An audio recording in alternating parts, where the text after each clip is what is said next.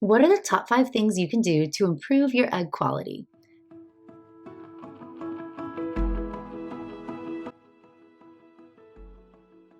Hi friends, I'm Dr. Natalie Crawford. I'm a board-certified OBGYN and fertility doctor.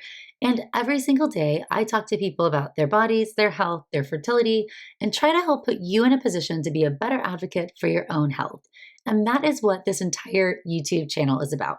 So please subscribe, like, share if you enjoy supporting accurate and educational women's health about your body and your fertility and hormones. Today, I want to talk about your egg quality, and I want to give you my top 5 tips that you should start doing immediately if you want to see an improvement in your egg quality. Egg quality and egg quantity are two different things that often get confused.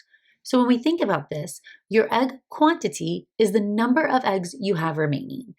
If we remember, my very favorite analogy is that you're born with all the eggs you're ever going to have kept in a vault inside your ovary. And throughout your life, these eggs come out of the vault, and when the vault is empty, you're in menopause. Well, throughout that period of time, you're constantly losing eggs. And so as you run out of eggs, you will have less eggs available every month.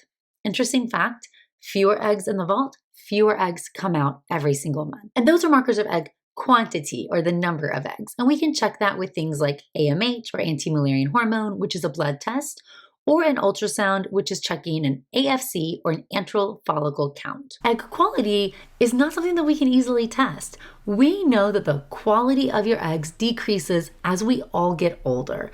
And this is simply because the eggs are sitting inside that vault longer. What is so fascinating is that in the female egg, your chromosomes are in the perfect position and you have 2 sets of every chromosome in your egg. They actually divide right when you're ovulating. So I always like to think about these have to stay in perfect position up until you ovulate. So when you're trying to get pregnant and you're 25, your chromosomes have not been held in that position quite as long as they have when you're 39. That's why when you're 39, you have a significantly higher number of chromosome abnormalities in your eggs. This causes a higher miscarriage rate, a higher rate of genetic abnormalities, and ultimately a lower pregnancy rate and a lower live birth rate. When you combine these 2 factors together, having less eggs and less normal eggs, it makes it harder to get pregnant as you get older. The truth is, you cannot change the rate of your egg decline, with very, very few exceptions. So this means that your eggs, you're born with a number and you're running out of them over time. However, your egg quality, even though this is decreasing over time, you actually have a lot more influence over. And this is for 2 reasons. One is because the world around you and your body, what you subject your eggs to, does have a big impact, and if those chromosomes are going to stay in place or not. Now, we can't undo everything that time has done, but trying to provide a less confusing, distracting environment, a less toxic environment, can be beneficial. The analogy I like to use here is to imagine your chromosomes are like a line of kindergartners. So if I'm asking them to stand in line for 39 years, somebody's going to get out of line. If I have a lot of fun things happening around them that are distracting, or they're not sure where they're supposed to be, and there's a lot of interference, the risk of them getting out of line is even higher. So we're trying to make it as easy as possible for your chromosomes to stay in the right place. And so really, the things that you can control all have to circle around inflammation. Inflammation, as we have more research, it impacts your fertility. Inflammatory diseases decrease your ability to get pregnant. Inflammation is associated with period abnormalities, increased risk for miscarriage, and lower pregnancy rates. You control some of the inflammation in your body, and you may not even realize it. This is because you're living in such an inflammatory world, your day-to-day exposures may not seem like that much. And I'll give a personal example. If you've been here for a while, you know that I had many pregnancy losses before I had my 2 children. And it wasn't until a decade later that it was discovered that I had celiac disease. Now, I had had inflammatory symptoms and they were vague, and it wasn't until everything got so bad that it actually got diagnosed.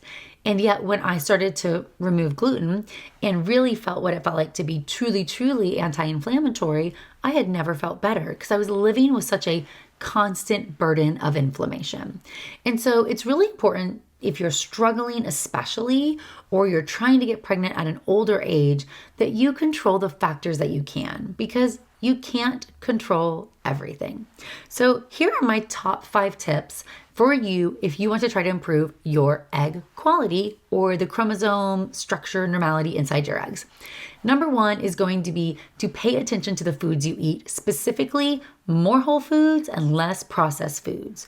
Your gut microbiome is actually very, very important in the regulation of hormone production and inflammation.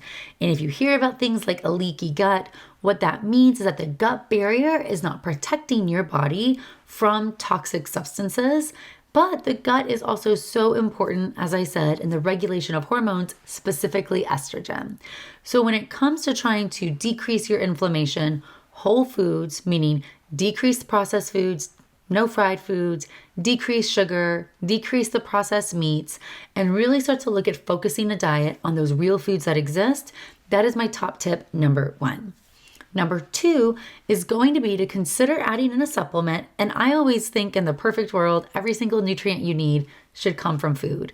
However, that's always not reality.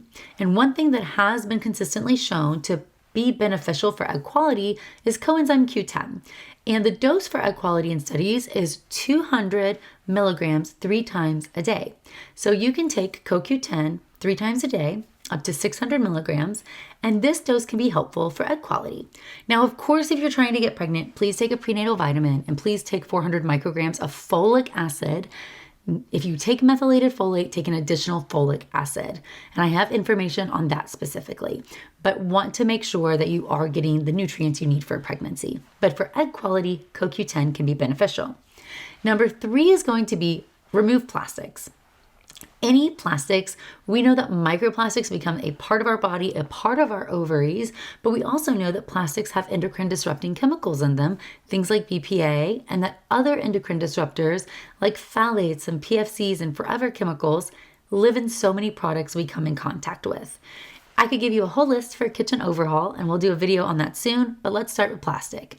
If you drink out of plastic, you eat out of plastic, you put it in the dishwasher, you put it in the microwave, no, you don't. There's no reason for us to be having plastics in our world. And if you find things that are plastic, try to replace them with stainless steel is a great option. And don't forget things like straws. So make sure that you are not exposing your body to extra bits of plastic that you don't have to, because those exposures do build up. And the worst of the worst is going to be heating plastic.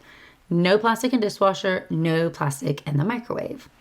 Now, number 4 is going to be to sleep. And any podcast, any talk I ever give, I always say this should actually be my number 1. This is what people do not do enough. We put our bodies last. We suffer for the grind. And I could, pot to kettle for me, because I can be the same way. But getting at least 7 to 8 hours of sleep is going to be so crucial, really 7.5 to 8.5, and set a good sleep environment.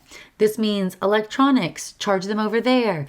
Get an alarm clock that's going to help you wake up at the same time, go to bed at the same time. Get a sleep mask. I love my sleep mask. Set a good environment with the room. Think of a sound machine. And I recommend taking melatonin no more than 3 milligrams at night, because too much can actually be detrimental. Less than that is actually fine, but 3 milligrams is the absolute most. At night, at a consistent time, about 30 minutes before you want to get to bed. Melatonin is an antioxidant and it can help you get more rest. Sleep is when your body heals. You've got to give your body good time to heal if you want to really decrease that inflammation. And then number 5 is going to be to move for your body and for your health. This means building muscle. Having more muscle mass is going to help protect you against insulin resistance, which is a huge cause of inflammation. So this is strength training, resistance training, body weight training, and then also doing things that are going to give you that feeling and decrease your stress burden. And so maybe that's yoga, maybe it's a walk outside, maybe it's stretching. I don't know, we're all different, but try to free yourself from the more is more mentality. Every day does not have to be going for a personal best.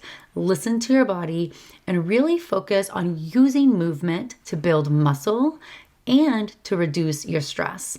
And so there's 5 tips that you can start to integrate right away if you want to try to help improve your own egg quality. If you have questions about egg quality, list them below. And if you want more detailed videos on some of these, I could talk forever. So please ask your questions and let me know if you want more. As always, thank you so much for all your support. Please subscribe and follow along and share. You can always get more information on the As a Woman podcast or follow along on Instagram. Thanks, friends.